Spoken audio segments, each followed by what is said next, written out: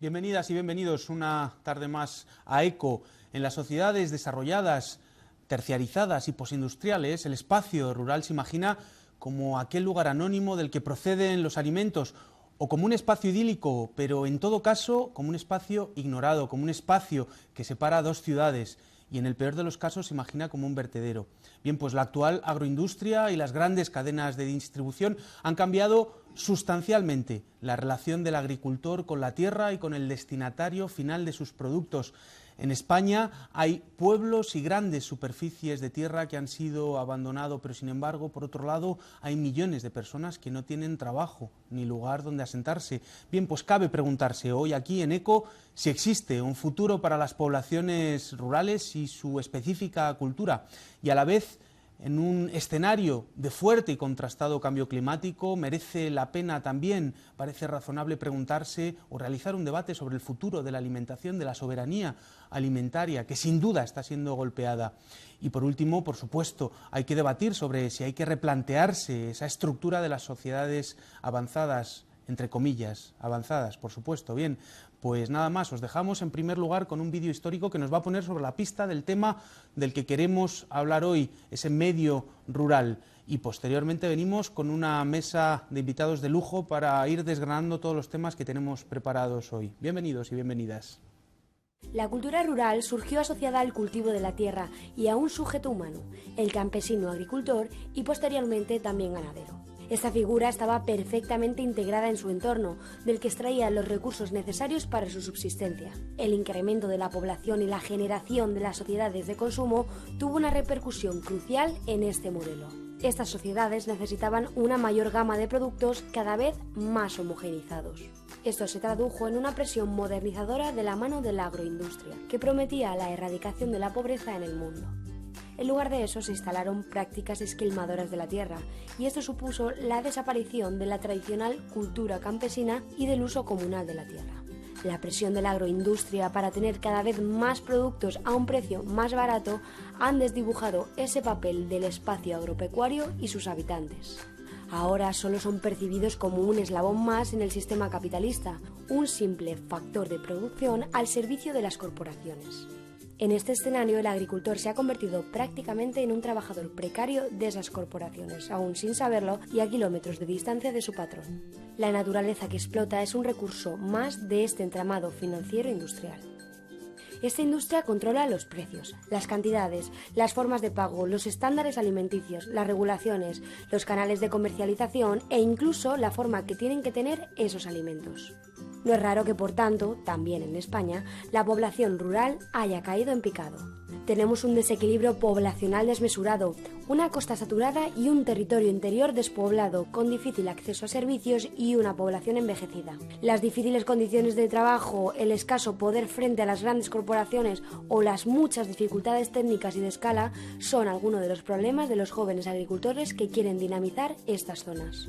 Las consecuencias son un medio rural y un desequilibrio territorial, social y ecológicamente insostenibles, con consecuencias también para los conglomerados urbanos. Pero están surgiendo iniciativas, aún incipientes, pequeñas y locales, para que ese medio rural se revitalice, acomodándose al escenario real sin renunciar a una cultura propia. Pues ese es el panorama que nos locutaba nuestra compañera Enar, al que nos estamos enfrentando. Y como decíamos, hemos preparado hoy una mesa con invitados de primera para poder hablar de este tema, de este medio rural. Vamos a pasar a presentarlos. En primer lugar, tenemos con nosotros a Ariel Jerez, profesor de Ciencia Política de la Universidad Complutense y responsable en el Consejo Ciudadano Estatal de Podemos del Mundo Rural. Bienvenido y muchísimas gracias. Gracias, Iván. También está con nosotros Blanca Ruibal, que es responsable de Agricultura y Alimentación de Amigos de la Tierra. Bienvenida y muchísimas gracias. Gracias. Y por último tenemos también a Jesús Regidor, que es economista, profesor de la Universidad Autónoma de Madrid, de Política Agroalimentaria y Desarrollo Económico. Muchísimas gracias y bienvenidos. Gracias. Pues nada, si queréis, como decíamos, tenemos un pequeño minuto para empezar a hablar de algunos de los temas que se han señalado en el vídeo o de cualquier otro que tengáis en la cabeza, pero para fijar una posición acerca de ese mundo rural, ese medio rural, que anteriormente me corregía Jesús, ahora podemos hablarlo de ese medio rural y de la pregunta si es pasado o si es futuro. Ariel, empezamos contigo, si quieres. Bueno, pues yo creo que si tenemos que construir un proyecto alternativo, necesariamente el mundo rural tendrá que estar en el futuro y posiblemente ahí tengamos un poco de, digamos, de la propia reflexión que cabe hacer. Yo creo que hay una parte de una situación de grandes públicos, que hay una, creo yo, creciente conciencia ecológica, donde se puede empezar a vincular una cuestión de huella que evidentemente siempre acabamos en el mundo rural, donde están buena parte de nuestros recursos naturales, que yo creo que de ahí podemos tener un espacio de promoción de una reflexión más consciente de la manera de consumir.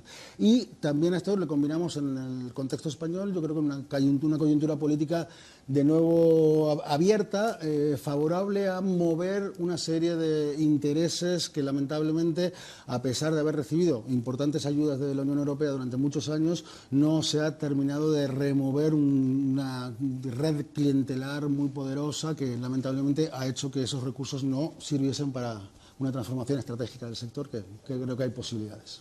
Muy bien, muchísimas gracias, Ariel. Blanca, tu primer minuto para afianzar esta posición, presentar tu posición. Realmente el panorama, el diagnóstico que hemos visto en el vídeo es demoledor, pero hay que decir que es muy realista. La pregunta que nos planteáis es demoledora también, ¿no? Que es pasado o futuro. Y la respuesta tiene que ser igual de demoledora, futuro sí o sí. Si tenemos pensado seguir comiendo, creo que el ser humano no tiene pensado conseguir no comer. Si tenemos pensado seguir comiendo, tenemos que tener un medio rural cada vez más vivo, cada vez más poblado y, por supuesto, de futuro, cada vez con más jóvenes. La respuesta a este panorama demoledor que nos presenta la agroindustria es la soberanía alimentaria. El campesinado ni los consumidores pueden ser factores de producción, tienen que estar en el centro de las políticas y es imprescindible que consideremos la alimentación y los recursos agrarios bienes públicos, derechos de las personas y no meras mercancías.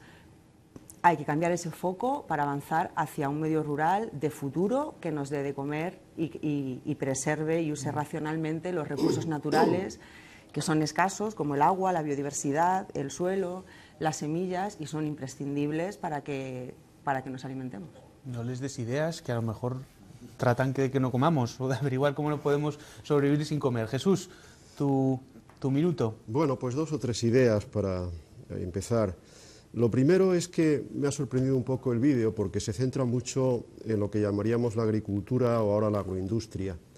Y es una visión que no es ya suficientemente representativa de lo que es el medio rural. Yo creo que hay que ya tenerlo claro, no hay que confundir el paisaje con la estructura económica y social de las zonas rurales. Medio rural hoy día no es igual a agricultura.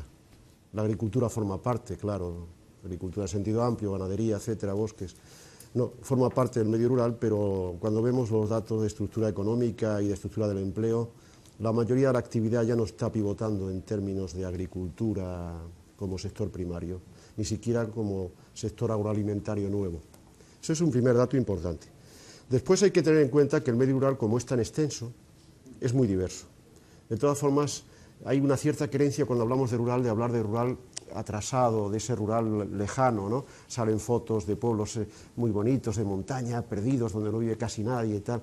Eso es una visión muy parcial de lo que es rural. Es una parte de lo rural donde realmente hay muchos problemas, pero no es representativo. En España son más abundantes las zonas que llamaríamos intermedias, semirurales, que son rurales, pero que tienen una presencia ya bastante distinta y algunas son muy dinámicas. Eso es importante, ¿no? Y luego lo último es que, bueno, si hubiera que decir un problema así, aunque vamos a hablar ahora de ello... Sí, Jesús, te corto, porque no, es un minuto nada no. más, pero tenemos un vídeo de Francisco Alburquerque, que es investigador del CSIC, que precisamente estaba hablando de lo que estabas comentando, y entre otras cosas de esa población rural, ese despoblamiento, ese éxodo rural que ha sufrido España. Vamos a ver qué nos decía Francisco Alburquerque y enseguida continuamos con el debate que estábamos planteando en la mesa. El éxodo rural en algunos casos es forzado. Yo soy andaluz y viví en los años 60 un exilio obligado porque no había otra manera de subsistir, ¿no? O sea, termina la guerra civil, se devuelven las tierras que la reforma de la República había puesto en manos de campesinos, se devuelven a los propietarios, vuelve entonces la estructura del latifundio y las dificultades para trabajar obligan a un éxodo. En otros casos el éxodo está también ligado al atractivo que tiene la ciudad, sobre todo la gente joven, ¿no? La ciudad es lo moderno, es más libertad, en cambio lo rural es lo atrasado, lo cateto, lo anticuado, lo conservador, y todo eso se refuerza en una visión que por entonces es predominante. Los que hemos estudiado economía lo sabemos bien, se nos decía, bueno, desarrollo es industrialización, urbanización y desarrollo de servicios. Y el indicador que se ponía era, mire, disminuye la presencia de la gente en el medio rural, avanza la industria y por tanto el medio rural es fundamental para la regeneración del medio ambiente, el ciclo del agua, el ciclo del carbono, la recuperación de la posibilidad de la biosfera para asegurar la vida en el planeta. Es decir, el mundo rural no es solo la agricultura o la ganadería, no es el sector primario, ¿no? Y ha empezado a mirarse más de una forma más integrada porque, por otro lado, no hay ninguna ciudad que pueda vivir sin agua, sin alimentos, sin recursos naturales.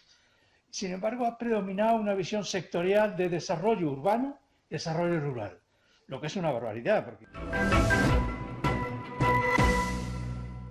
Bueno, es Francisco Alburquerque, que decíamos, es investigador del CSIC, especialista en desarrollo económico local. Nos hablaba precisamente de aquello que estaba comentándonos Jesús, ¿no? De ese medio rural más allá de la agricultura. Jesús, si quieres, te faltaba un tercer punto, si quieres termínalo y continuamos con... No, era muy resumido, era un poco en una sola frase decir cómo caracterizaríamos globalmente ese medio rural hoy día desde el punto de vista del desarrollo, por conectar con lo que también decía Paco Alburquerque. La idea básica es que el medio rural como tal se caracteriza por un cierto atraso económico, pero es relativo. Es decir, no es que sean zonas subdesarrolladas, somos países razonablemente desarrollados, es un atraso relativo, es la distancia que mide con el medio urbano lo que lo caracteriza. Y cuando él hablaba, por ejemplo, citaba éxodo rural, es un fenómeno más del pasado que del presente. Hoy la gente sigue dejando zonas rurales, pero ya no se puede hablar de éxodo, y es otra cosa, es un goteo. Y hay zonas incluso que recuperan población, o sea que es un tema más matizado, yo creo que hay que hablarlo así. Perfecto. Pues si queréis empezamos con el debate. Hablábamos de este éxodo rural, acabamos de ver un gráfico donde veíamos esa población rural contra esa población urbana y nos comentaba tanto Ariel como Blanca esa necesidad de esos dos mundos de coordinación, ¿no? De que se coordinen esos dos mundos para que los dos puedan funcionar. Yo creo que, digamos, estamos en una dinámica que evidentemente no es las dinámicas de éxodo rural de los años 60, pero sigue habiendo una despoblación, sobre todo de las zonas más orográficamente más complejas, dificultosas, ¿no? Todas las zonas de serranías, en donde pues evidentemente el acceso pues dificulta un poco pues Sí, los datos creo que eran el 20% de la población viviendo en alrededor entre un 80 y un 90% del territorio, es decir, que está un mundo rural con una densidad muy baja y un mundo urbano una densidad muy alta. Y dentro de esas zonas, dentro del mundo rural, como comentaba Jesús, claramente tenemos zonas donde incluso hay recuperación de población porque hay ampliación de la actividad de determinadas actividades, pero hay otras que directamente han quedado despobladas a nivel, ahí se habla un poco de la zona de Celtiberia interior como menos densidad poblacional que Laponia, ¿no? Es decir, tenemos zonas de determinadas serranías que han quedado absolutamente despobladas. Con una dificultad, digamos, de mantener un relevo generacional, poblacional importantísimo y que, bueno, nos aboca un poco a, digamos, cómo va a ser sustentable ese territorio en el futuro, en la medida en que, bueno, vamos a tener, digamos, patrimonios, digamos, urbanísticos monumentales, además de digamos, espacios de producción, digamos, yo creo que en situación de degradación, y creo que también, ¿no?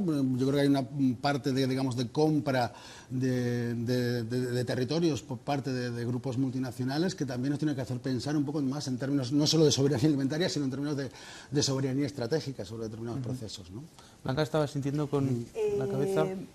Estaba sintiendo, pero discrepo en realidad, de algo que ha comentado Jesús y también en el vídeo Paco Alburquerque, es decir, el no asociar el medio rural necesariamente al sector primario o a la producción agraria. Es obvio que el medio rural es diverso y es amplio, y si estamos hablando del 90% del territorio, evidentemente no todo el 90% del territorio es producción agrícola, cultivos y ganado, hay muchas otras cosas, y sin embargo creo que efectivamente que no podamos asociar el medio rural de una manera mucho más clara y contundente con la producción agraria es uno de los problemas que tenemos. Es decir, si la gente no puede trabajar en el campo de los cultivos o del ganado, la gente se va del campo, porque allí no hay otra cosa que hacer. Cuando vemos que en 16 años, los últimos 16 años, han cerrado más de 120.000 explotaciones ganaderas en la cornisa cantábrica, ¿esta gente dónde ha ido? Pues hay que pensar en esos términos, ¿no? Cuando hablamos de pérdida de empleo rural, es que no es lo mismo, el campo no cierra, que hablábamos antes. El campo está ahí, es el 90% de nuestro territorio y no podemos cerrar los astilleros, pero no podemos cerrar el campo. Y en ese sentido hay que evaluar el despoblamiento, la falta de empleo y la falta de producción agraria en ese sentido. Hay una pregunta evidente que nos podemos hacer todas las personas, vivamos donde vivamos. Si en el campo no hay agricultores, ¿quién nos está dando de comer? ¿Quién nos está dando de comer? Y luego analizas lo que está pasando y resulta que el 87% de los garbanzos que se consumen en España vienen de México. Nos están dando de comer, el cocido nos lo están produciendo los mexicanos. ¿Queremos eso? Evidentemente tiene unas consecuencias terribles para el territorio y para los mexicanos también, que habrá que ver en qué manera y en qué condiciones están produciendo nuestros garbanzos, ¿no? Entonces, para mí, seguro que Jesús en realidad me matizará y me iluminará sobre esta cuestión del desligar el medio rural de la producción agraria, pero pongo este punto sobre la mesa, es decir, es algo que tiene que estar ligado y el medio rural se tiene que dedicar a producir alimentos, no pueden ser parques temáticos de turismo rural si es una zona bonita y vertederos nucleares si resulta que es una zona fea. Este no puede ser el destino del medio rural, tiene que ser producir alimentos porque comemos.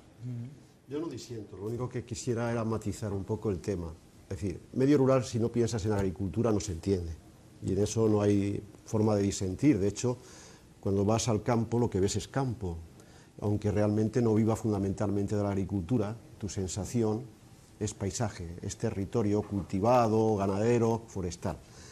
Pero dicho eso, no hay que confundir, porque en realidad hoy la agricultura que se hace es una agricultura realmente de un sector extractivo. Por eso hablamos de sector agroalimentario, donde el escalón agrícola, ganadero, es una parte minoritaria. Si hablamos de alimentos, es el alimento del agua que bebemos al final, que está elaborada, que está embotellada. Eso ha pasado por todo un proceso que llamamos un sistema agroindustrial. Y en este caso, que no se produce en el suelo, aunque se extrae, la idea es bien clara. El sector primario tradicional ha quedado reducido a una pequeñísima parte, que tiene poco empleo y que realmente produce la materia prima. Lo que realmente tiene peso para el alimento es la transformación y sobre todo la distribución. Si no lo vemos en esa perspectiva no entendemos lo que está pasando y con las nuevas técnicas cada vez hace falta menos el primer escalón. Tú decías los garbanzos vienen de donde más barato los encuentran las agroindustrias, que son los que los compran, los envasan y se los dan a la distribución para venderlo. Si es más barato el de México, lo traen de México. Si fuera interesante el de aquí, lo traían de aquí. Si haces una marca interesante de aquí, probablemente volvemos a recuperar producción de aquí.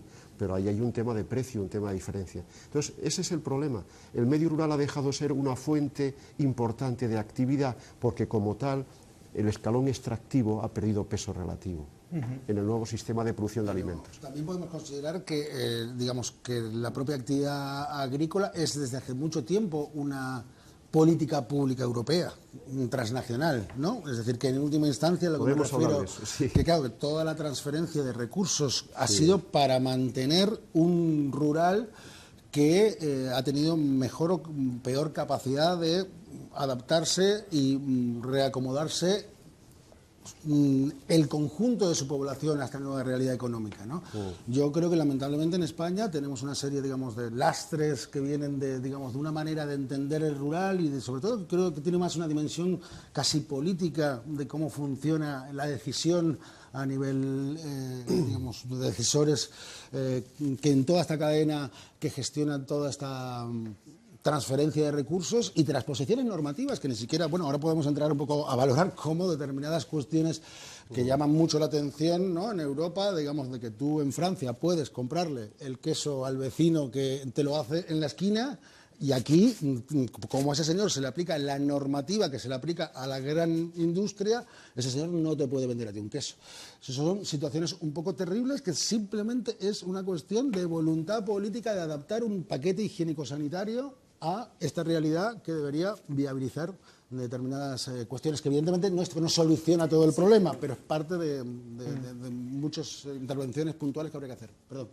No, quería preguntar a Blanca, aparte de lo que vas a decir, ¿qué impacto tiene la agroindustria en esa transformación del medio rural? Es decir, ¿cómo ha transformado esa agroindustria, esos precios, esa necesidad de generar rentabilidad, el medio rural, que es, entre otras cosas, fuente de diversidad y, en fin, lo que nos estáis contando? ¿Cómo lo ha transformado? Completamente, ¿no? Lo ha transformado completamente en el sentido de que si manda el precio, como manda el precio, no hay ganado de leche. Prácticamente en España y en la cornisa cantábrica. No hay ganado de leche. De leche, no hay vacas en los campos. En los prados, la cornisa cantábrica llueve, está verde, hay prados, allí debe haber vacas porque tomamos leche, ¿no? Y queso, etcétera. A mí ese me parece un sector que está muy perjudicado por la competitividad y políticas agrarias nefastas y la competitividad internacional, y me parece que tiene un efecto en el medio rural, en el paisaje, en la pérdida de razas ganaderas, en la pérdida de pastos que tienen un valor ambiental impresionante porque fijan CO2, me parece muy grave. Pero en general la política agraria y la competitividad ha dibujado un paisaje de monocultivos, de suelos pobres, sin nutrientes, a los que hay que estar continuamente echando fertilizantes dependientes del petróleo, que a la vez hacen muy difícil que sea viable económicamente y que salgan las cuentas de la producción agraria.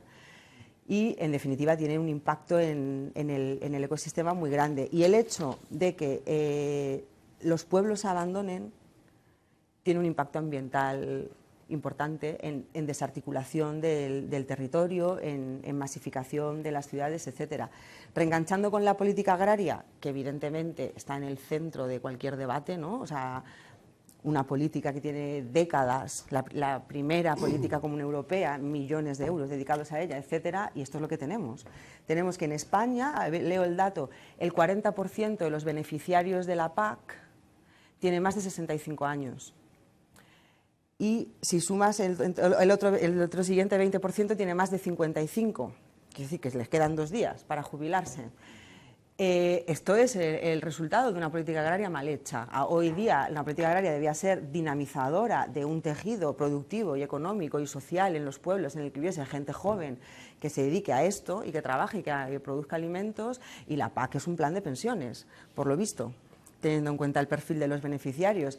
Entonces, ¿hay que dar una vuelta radical? Sí, idealmente no debía existir la PAC, no debería existir la PAC. ¿Por qué tenemos que subvencionar un producto de primera necesidad? Los agricultores, el sector primario, suele pedir justicia y precio. Es decir, que no me compren por debajo de los costes de producción. Si a mí me cuesta 20 céntimos hacer un litro de aceite, no me pueden comprar la gran distribución por 18, porque estoy poniendo dinero. ¿Por qué se dan estas cosas? Bueno, por la competencia atroz, el acaparamiento de la gran distribución y un sinfín de cosas más que sabréis también, tendréis más datos y más información. Pero en definitiva, que también pensar que la política agraria y las subvenciones desde luego pueden redibujar y pueden dar pasos hacia otra agricultura. Para mí, un escenario ideal sería que no hubiese, que los agricultores no tengan que vivir de subvenciones, que se les pague un precio justo por su trabajo. Igual es demasiado ideal. Es complicado lo que planteas, sí. Es justo oírlo, y cuando lo dices, no sé, yo recuerdo casi hace décadas que íbamos dando primeras charlas en los años 70, decíamos, precios justos para el campo, ¿no? Fíjate, hace ya de eso 40 años, ¿no? Cuando yo me empezaba en estos temas. Pero la verdad es que la situación ha cambiado y tenemos que verla en una perspectiva distinta. Citas la PAC con mucha justicia, pero ¿de qué PAC estamos hablando? La PAC que se crea fue una PAC para que Europa se alimentara barato y era una PAC de ayuda vía precios. Justamente durante unos años, bastantes, 30, tuvimos unos precios garantizados en Europa, que bueno, daban al agricultor lo que el mercado no le daba, el diferencial se lo daba, y si tenía exceso y lo malvendería, lo llevaba y se lo compraban a un precio garantizado. Eso desapareció con las reformas de la PAC, y hoy día se le da un talón anual, da igual lo que produzca, y ahora ya incluso, aunque no produzca, con tal de que mantenga razonablemente el suelo, digamos, razonablemente desde el punto de vista ecológico. Bueno, pues a eso se ha derivado. ¿Qué función cumple la PAC actual entonces? Ya no va vía precios, ahora los precios se dejan vía mercado. No son remuneradores en muchos casos. No son remuneradores, pero se le compensa con un talón, que está mal repartido, muy mal repartido, no en edad, porque la edad refleja quiénes son la estructura de la gente que lo percibe. Sabes que los agricultores no se jubilan a efectos de ayudas, los cobran hasta que fallecen, por tanto no hay un problema de que se jubilen y dejan de percibirlo. Precisamente por eso, entre otras cosas, continúa la actividad siempre, porque les merece la pena. Entonces, ¿qué es lo que está pasando ahí? Que la PAC se ha transformado y cumple otra función. ¿Ahora qué función cumple? Subvencionar al agricultor para que sus precios sean malos. En realidad, la subvención indirectamente a quien va es a quien les está comprando el producto a mal precio. Y no se quejan más, en parte, porque están ayudados por otro lado. Y hablamos de mucho dinero, 6.500 millones el año pasado. Solo para España. Perdón, Ariel, es que hay un tema que introduce Jesús y que creo que es muy importante al respecto de los precios. Hemos vivido en estos últimos años incrementos de precios, revueltas en ciertos países asociadas a esos incrementos de precios y principalmente asociados a la actuación de las industrias financieras. Hemos preparado un vídeo de jerga económica donde tratamos de ver qué son esos de las commodities, los futuros financieros.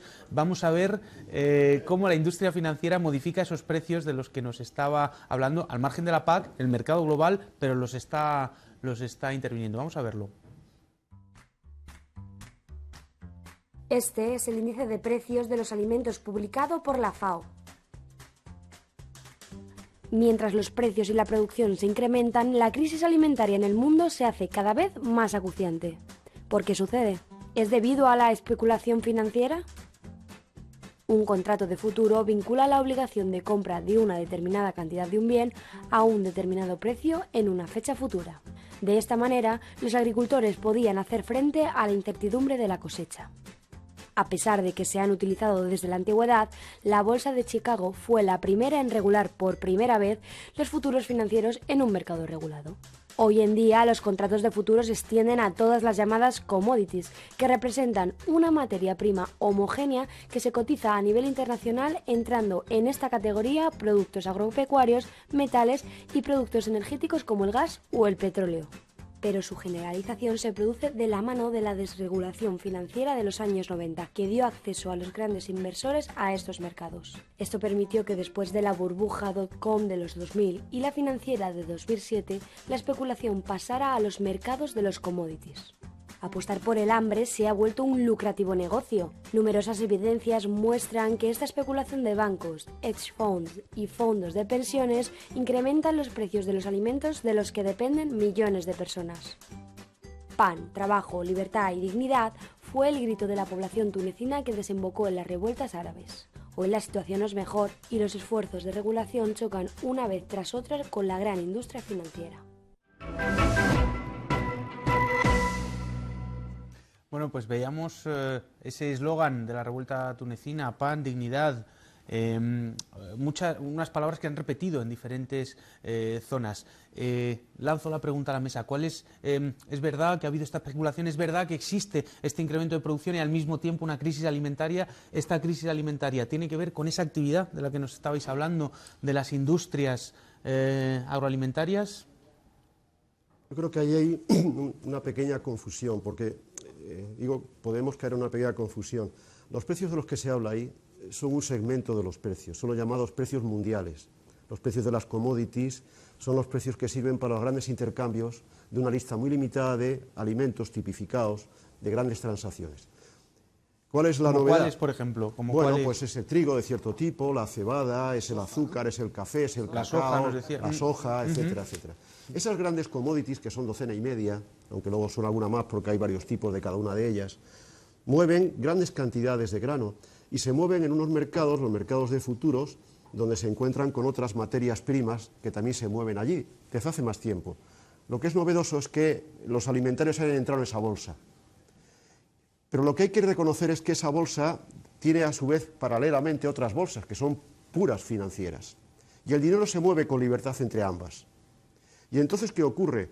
Que no son realmente bolsas que aseguren una garantía a los grandes agricultores o empresas que comercializan. Porque en realidad, de cada 100 operaciones, solo 2-3% se realizan al final. Hay alguien que compra producto. Las otras son posiciones de venta y de compra. Son puramente especulación, dinero caliente que entra ahí a jugar, porque el petróleo ha caído y ya no es interesante jugar a petróleo, juego a trigo si es que el trigo va al alza. Este es el juego. Entonces esos precios mundiales son importantes porque son los del comercio mundial. ¿Y para qué juegan mucho? Pues juegan para dos cosas. Uno, para los países que exportan y para los que importan, muchos en desarrollo que tienen que comer importando, si suben los precios no tienen dinero para comprar todo lo que necesitan. Los precios que, por otro lado, dependen de la especulación de la que nos dependen acabas en gran medida de contar. de la parte especulativa, aunque tienen también una base real. Si caen las producciones, algo se refleja. Pero no sabemos qué porcentaje es especulación con claridad, o no se sabe con claridad cuánto es especulación y cuánto es motivo real. Y luego tienen un reflejo en los países, porque los precios mundiales reflejan los precios interiores de los países. Con lo cual nos encontramos con eso que sí que era verdad del vídeo, que de alguna forma se especula con el hambre. Eso es cierto, eso es cruelmente cierto, y es cruelmente cierto desde los años 2000, cuando ha entrado las grandes producciones alimentarias en los mercados especulativos. La bolsa de Chicago, la bolsa de Nueva York, la bolsa de Londres, hay varias según los productos. Ese es el drama, digamos, de la alimentación mundial, de la inseguridad alimentaria, de la no soberanía alimentaria de los países que no producen suficiente. Pero seguimos hablando de lo rural y nos hemos ido, digamos, de lleno solamente al tema otra vez agrario agroalimentario, ¿no? Pero había que hacer esa visa. Sí. Vamos, yo creo que también, y más allá de que tengamos que ahora redimensionar lo rural con otros aspectos de política pública, creo que es totalmente estratégicos, yo creo que de todas formas no podemos dejar de percibir que todo el proceso de la PAC ha vivido también el proceso de liberalización generalizado pro mercado de los últimos años, ¿no? Y ahí yo creo que también vemos cómo la política agraria común ha ido detrayendo fondos o digamos fondos que ayudaban a mantener determinados niveles de renta que están claramente retrocediendo para el conjunto del sector en España, ¿no? Entonces, a donde voy simplemente es... Ay, madre mía. Perdón.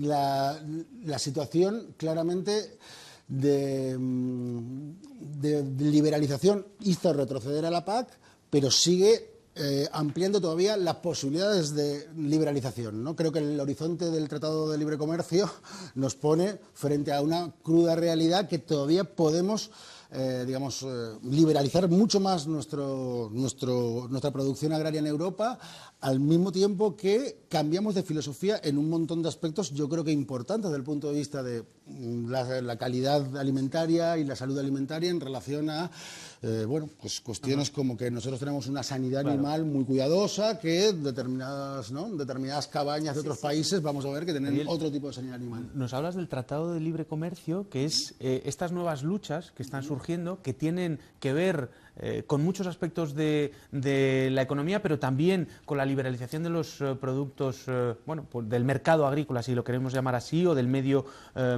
rural. Tenemos al teléfono a Diego Cañamero, sindicalista español y conocido por por haber sido secretario general del Sindicato de Obreros del Campo en Andalucía y portavoz nacional del SAT, del Sindicato Andaluz de Trabajadores. Diego, no sé si nos estás escuchando, ¿qué tal? ¿Cómo estás? Hola, hola. Sí, os escucho perfectamente. Hola, buenas noches. Muchísimas gracias por estar con nosotros. Buenas noches, buenas noches. estábamos hablando de esta transformación que ha sufrido, y Ariel Jerez, que está con nosotros, nos comentaba esas nuevas luchas que están encima de la mesa y que también afectan al sector del campo, como es el Tratado de Libre Comercio que se está ahora negociando a escondidas entre la Unión Europea y Estados Unidos. ¿Cómo se ha transformado esa lucha? Tú has estado en la lucha ligada a al campo desde hace mucho tiempo. ¿Cómo se ha transformado esa lucha? ¿Cuáles son los problemas nuevos que han surgido en relación, por ejemplo, a este nuevo tratado? Diego. Bueno, hay que tener en cuenta que en Andalucía, que es el territorio donde yo vivo y donde hemos estado organizados, hay que tener en cuenta que aquí la propiedad de la tierra está muy concentrada. Aquí un 50% de toda la tierra está en manos del 2% de propietarios. Y los problemas graves de la agricultura en Andalucía ha sido fundamentalmente una gran concentración de tierra y la despreocupación de que esa tierra sirviera para el desarrollo económico de la comunidad donde está establecida, ¿no? Sino que han buscado los beneficios privados, han buscado incluso las ayudas que vienen de Europa. Con respecto a esas ayudas, Diego, nos estaban comentando cómo es una política fallida en cierto sentido, ¿no? Que no ha podido dinamizar el sector del campo y que se ha ido a parar a unas pocas manos. Sí, el 80% de las ayudas vienen y se queda en manos del 20%, es decir, ese es el PER de los ricos, el PER de los terratenientes, no el PER de los jornaleros. Nadie se mete con eso, porque en Andalucía llegan aproximadamente 1.700 millones de euros y no tienen ninguna responsabilidad los empresarios ni para transformar los productos agrarios, ni para creación de puestos de trabajo, ni para incluso respeto, que tenía que tener mucho más respeto al medio ambiente. Y es como un dinero que le llega como gastos corrientes, sin ninguna, no tiene finalidad finalista. Entonces, claro, ningún terrateniente, algunos que reciben hasta 6 millones de euros, como los hermanos Gómez Figueroa, o como la propia Casa de Alba, la Duquesa de Alba, que recibe 3 millones de euros solamente por tener tierra, pues claro, no se preocupan de transformar esos cultivos, de que la tierra cumpliera otro papel, sino que es un papel especulativo, un papel de mercancía, ¿no? Y no se preocupan de desarrollar, evidentemente, ni su tierra para darle de comer a la comarca, a la provincia donde está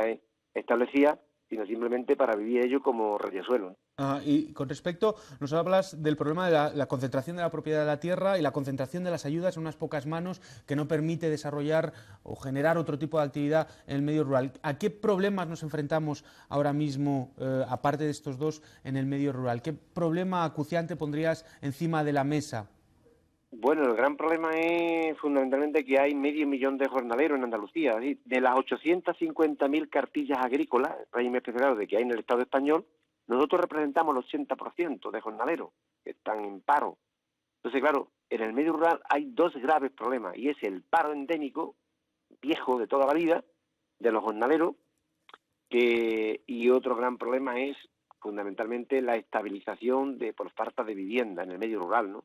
Son dos temas fundamentales, paro y vivienda, son dos temas clave, ¿no? Y después nos encontramos con que la agricultura en general es como una gran fábrica sin techo, donde estamos al merced de los mercados, de los vaivienes, estamos también al merced de la meteorología. Sí, los costes de producción están más altos que lo que vale el producto, que también nos encontramos con eso. Entonces, esos son los problemas que realmente acuciantes, ¿no? Y sobre todo hay un gran problema para los jornaleros, en este caso, y hay un subsidio, que es una prestación, un subsidio agrario que existe en los jornaleros, que necesita una serie de requisitos, entre ellos conseguir jornales. Y como no hay jornales suficientes para que todo el mundo pueda cobrarlo, pues es un tema ahí un poco muy denigrante, ¿no? Porque la gente tiene que buscar los jornales sometiéndose a trabajo más horas de la cuenta, sin que le paguen su salario. Sí, hay una humillación terrible en el campo en estos momentos, ¿no? Por eso. Muy bien, pues muchísimas gracias, Diego, por darnos esta panorámica de los problemas a los que nos enfrentamos concretamente en la Comunidad Autónoma de Andalucía y por darnos esta visión. Muchísimas gracias por haber estado con nosotros, Diego. Gracias, un saludo. Un saludo.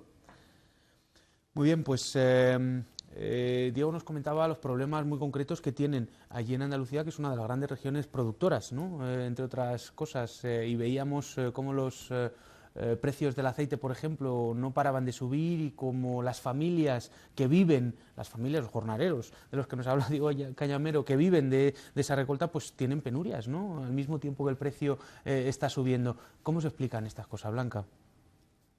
Bueno, en realidad hemos hablado ya, ¿no? El diferencial de precio que hay entre el productor y el consumidor es escandaloso. El caso del aceite, no tengo aquí la cifra, pero bueno, es famoso muchos datos de estos, ¿no? Pues al agricultor le pagan 10 céntimos por una lechuga y cualquiera de nosotros pagamos 90 céntimos. Son diferenciales de 400% en muchos casos, ¿no? Estos análisis son muy interesantes. ¿Dónde se queda ese 400? ¿Qué otros productos en el mundo se cuadruplica el precio del producto al consumidor, ¿no? Y ahí es donde hay que mirar, en la distribución, entre otras cosas, y la transformación. Y ahí es donde la agroindustria y la distribución tienen un gran poder que hay que repartir. Es que hay que repartir la tierra, principalmente, ahora que Diego Cañamero acaba de hablar, hay que empezar por ahí, hay que repartir la tierra y luego hay que repartir todo el poder a lo largo de la cadena y que productores y consumidores tengan algo que decir. Claro, muy bien. Sí. Sí, ¿no? Que es interesante, yo creo que también plantear, bueno, que en Andalucía el problema de acceso a la tierra es histórico y nunca bien resuelto, evidentemente, pero que es muy curioso también que vuelva a aparecer en otros, vuelve a ser un poco demanda también de, digamos, de pequeños productores, que en esta lógica un poco de concentración y liberalización, pues es cada vez más difícil, y en ese sentido incluso hay directivas europeas que potencian, ¿no?, el acceso un poco a través de bancos de tierra de carácter público para facilitar nuevas producciones, entre otras cosas de carácter agroecológico, ¿no?, que tenemos países de Europa con un consumo muchísimo mayor de productos agroecológicos que en España, es decir, que todavía tenemos aquí un diferencial para apostar por una ampliación de pequeños productores, que digamos la agroecología tiene que ser claramente con una agricultura con agricultores que la cuidan y que la miman, y que yo creo que ahí hay un potencial que tenemos que ayudar, y ahí podríamos entrar un poco también a pensar en nuevas relaciones, interacciones un poco entre el mundo urbano y el mundo rural, que lamentablemente todavía en España no hemos explorado. Concretamente, también hay otras directivas europeas que nos reclaman, como ya se ha visto con éxito en países como Inglaterra, por ejemplo, que a partir de los consumos colectivos de comedores escolares, comedores hospitalarios o cuarteles, tú tires de esa producción agroecológica, garantizándole la compra a determinados productores que pueden acceder a estos, pueden hacer una inversión un poco planteando en la medida en que tú tengas una compra más o menos asegurada a determinado tipo de precios. Son direcciones de cambio. De cambio. Porque muchas veces a los economistas les dicen que son los científicos de la ciencia lúgubre, porque anuncian catástrofes, pero la situación o la descripción que hemos hecho del medio rural tampoco nos deja ser muy optimistas. Y sin embargo, Ariel nos abría vías de optimismo, y tenemos otro corte, Francisco Alburquerque. Vamos a entrar en este segundo bloque de aquellas cosas que podemos hacer, de las soluciones. Hemos hablado de cuáles serán los principales problemas a los que se enfrenta el mundo rural, y Diego Cañamero, precisamente hablándonos de esos problemas tradicionales, nos permite abrir este segundo bloque. ¿Hacia dónde vamos? ¿Qué podemos hacer? Vamos a ver la primera aproximación de Francisco. No hay políticas de desarrollo rural, sino políticas agrarias, políticas ganaderas, políticas sectoriales, ¿no? Se ha heredado una administración sectorial, Ministerio de Agricultura, y a veces le añaden medio ambiente, pero todo sin un planteamiento más apropiado, que es el arreglo institucional para entender el desarrollo rural, que es no solo agrario, ganadero, sino también un desarrollo ambiental, un desarrollo turístico, un desarrollo de agroindustria. Es decir, se requiere, toda actividad utiliza recursos que vienen de distintos sectores, es multisectorial, ¿no? Entonces, la unidad de intervención, en este caso, es el territorio. El territorio no es solo la urbe, sino todo el medio urbano que lo circunda, el medio ambiente. Y esas son cosas que todavía no están instaladas, ni en el esquema institucional ni administrativo, y retrasa desde luego la toma de decisiones más inteligentes. El diseño de la política agraria común, que es muy regresivo, ¿no? Consiste en subsidiar y entregar subsidios a la gente con mayores extensiones de tierra, con mayor capacidad productiva. Algunos de los ejemplos claros, ¿no? Duquesa de Alba, una de las principales receptoras de las ayudas comunitarias. Y además hay otra ayuda adicional a la exportación de productos. Todo eso es muy cuestionado. Muy bien, pues ha salido otra vez la Duquesa de Alba, no estaba preparado. En cualquier caso, vamos a direcciones de cambio. Jesús. Sí, yo tenía un par de cosas que decir al hilo de lo que decía Diego Cañamero y Paco Alburquerque. La primera idea que me viene es que el futuro del medio rural y de la agricultura, en el medio rural, pasa por el desarrollo rural, que no es exactamente el desarrollo agrario solo. Y ahí tenemos el problema fundamental, es decir, si aceptamos que el medio rural ya no es solo campo, sino que es fundamentalmente un medio muy amplio donde se hacen muchas otras cosas. El primer sector económico en peso ya no es la agricultura en muchas zonas, son ciertas ramas del sector industrial y algunas del sector servicios comercial también. Entonces tenemos que cambiar un poco la visión. Y ahí es donde vemos la disfuncionalidad que hay en el tema, por ejemplo, de las políticas europeas. Las políticas europeas fundamentalmente que vienen, ayudas a los agricultores porque originariamente producían, ahora es porque son ellos y tienen derechos, que es como se llama, y ayudas al desarrollo rural propiamente dicho, que vuelven a ser redundantes casi todos esos agricultores, menos una pequeña parte que no llega al 20%, que es para otro tipo de actividades. Esa es la política rural. Entonces lo que nos encontramos es que Europa al medio rural le preocupa lo que tiene que ver con lo que fue la agricultura, que ya no es, como explicaba hace un instante, y ahora tiene una política rural muy débil, muy débil. En realidad en Europa recibimos todos los años unos 6.500 millones en ayudas a los agricultores, a los grandes propietarios de tierras, y para desarrollo rural recibimos 1.200 millones durante 7 años. Esta es la diferencia. Es decir, no hay una política rural europea potente, diferente a la política de subvenciones agrarias. Entonces, como el futuro, por ejemplo, de Diego, no está en el empleo rural, no encuentran jornales, porque la nueva tecnología no da jornales en el campo. Por eso están todavía peleando por las 20 peonadas y no llegan para poder cobrar el PER. Y no las encuentran, arrancaron con 60 en los años 80 y hoy día ya ni siquiera encuentran 20. El campo no da trabajo, da cada vez menos, pero el medio rural sí lo puede dar. No será trabajo agrícola, será trabajo rural en otro tipo de actividades. Y ahí donde está el desafío del futuro, las nuevas políticas de desarrollo rural, no necesariamente agrarias, aunque hay una parte de agricultura que también, ligada a la tierra, ligada a los territorios, que algunos llamamos agricultura territorial, porque es la que hace falta que siga. Pero siempre será una parte no suficiente. La otra parte es la que hay que potenciar. Y necesitamos una política rural que supla la escasez de la política rural europea. Ese es el... Bueno, medios de cambio. Nos comentaba Jesús algunos de ellos. ¿Cuáles son las direccionalidades? ¿Qué ejemplos conocéis de medios o de proyectos que están ahora mismo desarrollándose y que van en esa línea de cambio? Bueno, yo aprovechando un poco que está Jesús aquí y Blanca, que también la hemos invitado, vengo a hablar no de mi libro, pero sí de nuestras jornadas. No.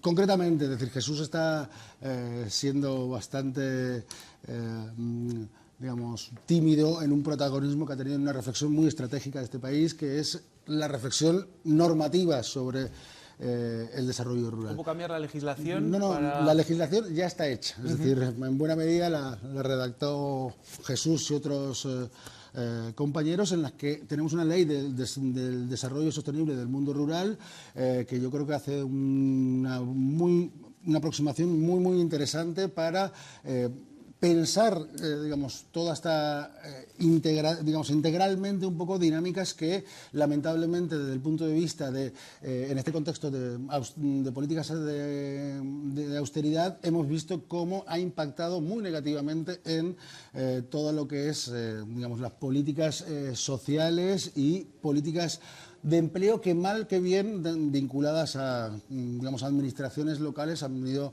retrocediendo. Yo creo que la perspectiva de la Ley de Desarrollo Sostenible del Mundo Rural integra 47, un poco... 2007, o sea, 2007 se hizo, 2007, ¿no? 47, 45, 2007, pero por el año 2007 y lleva...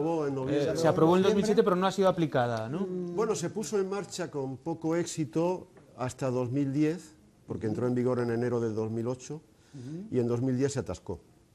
Y ya luego en 2011 se adelantaron las elecciones, ya vino todo, digamos... Estabas escuchando atentamente, además hablábamos anteriormente de la ley. Cuéntanos, aparte de tu opinión... Bueno, yo quería contribuir a la parte de las soluciones, que es la parte bonita, ¿no? Claro. Sí, hay soluciones, muchas y variadas. La ley, desde luego, la Ley de Desarrollo Rural Sostenible es un elemento fundamental para que se ponga en marcha para revertir esta situación, ¿no? Hay muchos ejemplos de cosas que hacer. Hay que favorecer la incorporación de los jóvenes al campo, hay que favorecer el acceso a la tierra, hay que promocionar la agroecología, hay que ser, para mí, radicales con la compra pública. El Gobierno se gasta 2.600 millones de euros cada año en dar de comer pequeños en las escuelas, enfermos en los hospitales, presos en las cárceles, etcétera, etcétera. Ese dinero bien orientado para realmente proporcionar empleo a multitud de personas puede hacerse y es necesario. Es imprescindible, desde luego, la mirada integral. Hace falta mantener y mejorar los servicios públicos en el medio rural. Si pensamos que personas jóvenes es oportuno que personas jóvenes vivan en el campo y del campo, en el campo tiene que haber consultorios, colegios y bibliotecas y farmacias, y transporte, que también es un tema que hay que poner sobre la mesa, porque realmente si los servicios públicos están en claro declive, en general, en el medio rural la situación llega a ser dramática. Estáis contando de todas maneras que hay gente que quiere realmente ir al medio rural, pero no puede por esas legislaciones que están hechas para las grandes empresas y probablemente, no sé si es así, pero promocionadas por las grandes empresas para impedir que haya, bueno, pues esta instalación y esta creación de ese tejido que había antes. ¿Eso es así? ¿Se puede modificar esa legislación? ¿Se puede ayudar a los jóvenes agricultores? Porque es verdad que decimos, tiene que repoblarse. Bueno, pero si es que no pueden. Es decir, no hay ahora mismo posibilidades de que un joven agricultor vaya a producir queso, el queso ese del que estabas hablando y que en Francia se produce, hoy aquí en España no se puede hacer. ¿Cómo se puede modificar normativamente eso? Porque supongo que serán relaciones de fuerza, ¿no? Ahí hay una parte que yo quisiera citar, ¿verdad? Porque, a ver, hay muchas cosas, y Blanca lo decía muy bien y Ariel lo apuntaba también, pero hay que un poco partir un poquito de lo general, un poquito, y luego ir bajando aspectos, ¿verdad? La ley era una ley marco, era una ley de Estado, y eso es importante. Necesitamos una política de Estado para las zonas rurales. Si son el 80-90% del territorio según el criterio que usemos, 25 o 35% de la población según el criterio que usemos, pues hace falta una política de Estado. De Estado, sin L, quiere decir que tenga en cuenta todas las administraciones, no del Estado Administración Central, que no tiene casi competencias sobre esos territorios. Pero que no tenga competencias tampoco las tiene Bruselas, y bien importante es, ¿por qué no la va a tener el Estado a nivel Administración Central para colaborar, coordinarse, potenciar, ayudar a las otras administraciones? Y, no olvidemos, nuestra economía es sobre todo privada. Entonces tenemos que hacer políticas para incentivar la iniciativa privada, para apoyar al particular, para que haga cosas en las zonas rurales. Y ahí es donde yo creo que la ley fue un asalto adelante, que se ha quedado, digamos, en potencial, porque estableció una serie de posibilidades sin desarrollar para meter ahí todas las iniciativas posibles. La ley es curioso, solo tiene un artículo que habla de agricultura, el artículo 16. De 40 artículos, solo hay uno que habla de agricultura solo, y justamente es de la agricultura territorial. Pero tiene un artículo que habla de vivienda, otro que habla de transporte, otro que habla hasta de seguridad ciudadana en las zonas rurales, otro de educación, otro de sanidad. Tiene, para cada área temática, tiene infraestructura. Pues llegamos al poquito a poco, hemos ido llegando al final de este tema que es apasionante, que hemos analizado los principales problemas que ha sufrido el medio rural, pero sobre todo las perspectivas de desarrollo. Queríamos dejarles una última intervención a nuestros invitados para, bueno, pues para que concluyeran, para que pudieran poner encima de la mesa aquellos elementos que no quieren que se olviden del análisis que han realizado en este programa. Empezamos, si queréis, con Ariel, Blanca y Jesús, vuestra intervención final. Ariel. Yo basaría un poco mi mirada optimista en, concretamente, en cómo la Ley de Desarrollo Rural es valorada por muchos de los, bueno, la gran mayoría, la práctica totalidad de los actores rurales, tanto del sector más sindical agrario como de otros espacios y redes más ruralistas, como un punto de partida fundamental para tener esta mirada integral que evidentemente hace falta forzar ese concierto entre administraciones que lamentablemente hasta ahora parece que no haya habido voluntad de mandar, porque ha habido como un incumplimiento permanente de muchas directrices, ¿no? Y por otra parte, clarísimamente también hay toda una serie de propuestas de los sindicatos agrarios respecto a la actividad productiva que tienen que ver con mejora del régimen fiscal, toda la cuestión de la cadena alimentaria con el productor, el industrializador y el distribuidor. Hay que generar equilibrios en posiciones de dominio que realmente son absolutamente perversas y que requieren una voluntad política de equilibrar y poner... una intervención pública. Una intervención, bueno, sí, es una intervención pública, pero que, digamos, es una intervención pública que le implica poder salir de la lógica de mercado sobre cuestiones que la propia legislación europea plantea la necesidad de salir de la lógica de mercado. Concretamente, otra cuestión básica que vincula, yo creo que muy bien la ley, es la cuestión de los bienes públicos que nos da el mundo rural, que no valoramos económicamente y que son claves para la sostenibilidad, ¿no? Blanca, perdona, te he interrumpido, Sí, Ariel. no, Blanca. Bueno, hemos hablado de políticas.